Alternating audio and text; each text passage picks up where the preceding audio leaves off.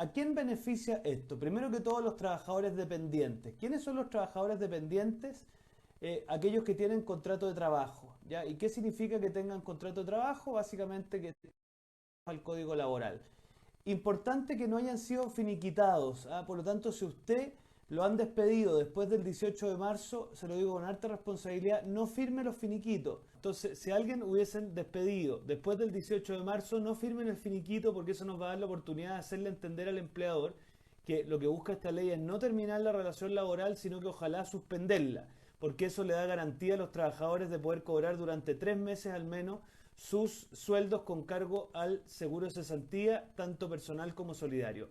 Y lo otro importante es que solo beneficia a aquellas personas que hayan tenido 3 cotizaciones continuas con el mismo empleador o 6 cotizaciones continuas o discontinuas dentro de los últimos 12 meses, que la verdad es que de acuerdo a nuestro registro es la inmensa mayoría de los trabajadores. En ese contexto hay dos escenarios posibles. Primero, es que ustedes comprenderán que además tengo que ir hablando. Entonces, primer escenario es el de la suspensión. ¿Ya? ¿Cuándo se produce la suspensión de una relación laboral? Hay dos caminos. A ver, cuando en definitiva la autoridad sanitaria decreta que una comuna está en cuarentena, el subsecretario de Hacienda va a tener la responsabilidad de indicar cuáles son aquellas empresas que en definitiva van a suspender su faena normal. Ya. Ahí es cuando se produce en el escenario 1, que es cuando se decreta la suspensión. ¿Ok? Y el segundo escenario es cuando se pacta la suspensión. Por ejemplo, una empresa con sus trabajadores se ponen de acuerdo y pactan la suspensión. En ese caso, el empleador, que me están escuchando, el empleador tiene que llevar ese antecedente, esa declaración jurada de que se ha suspendido, más la nómina de los trabajadores beneficiados, tanto a la dirección del trabajo como a la administradora de fondo de cesantía. ¿Cuál es el efecto de la suspensión laboral? Significa que aquellos trabajadores que tienen un ingreso superior a 500.000 pesos van a recibir en sus cuentas, y esto es bien importante porque el trámite se va a hacer a través de internet después del 15 de abril.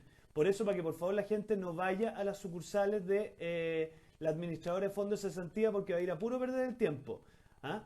Entonces les digo, aquellas personas que ganan menos de 500.000 pesos van a recibir el primer, o sea, perdón, más de 500.000 pesos van a recibir el primer mes un 70%, el segundo mes un 55%, el tercer mes un 45% y así sucesivamente.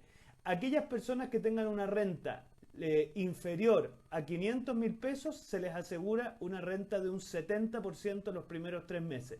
Eso es bien importante porque queremos darle una garantía especialmente a aquellas personas que tienen un sueldo mínimo para poder tener ese resguardo.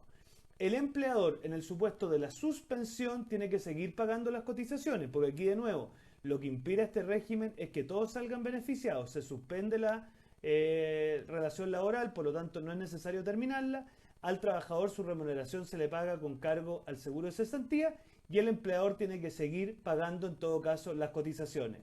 Lo que sí, ojo muchachos, también se siguen beneficiando por el ingreso mínimo garantizado, que tienen que estar atentos a ver si son beneficiarios.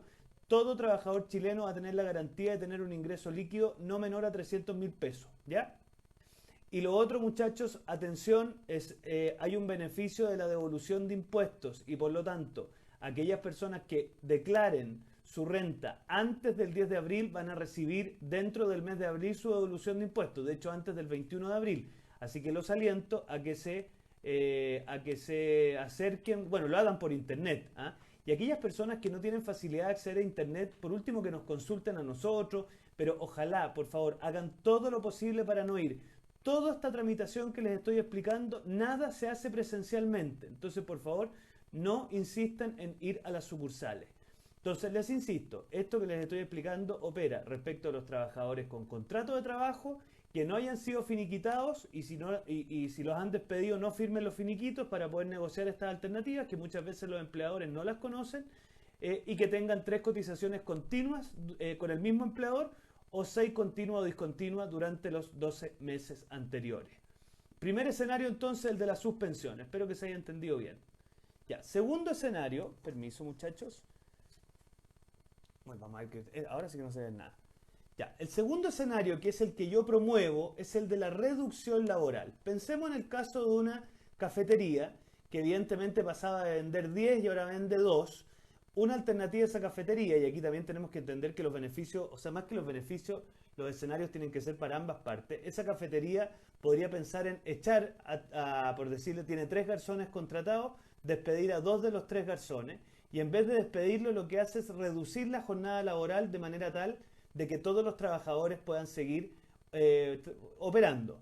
¿Cómo funciona la reducción? La reducción es pactada, o sea, se tiene que acordar con los trabajadores. Para eso, el empleador tiene que demostrar que durante los últimos 3 meses ha sufrido al menos un 20%. eh, chuta, ahí Juan Antonio, le agradezco su saludo.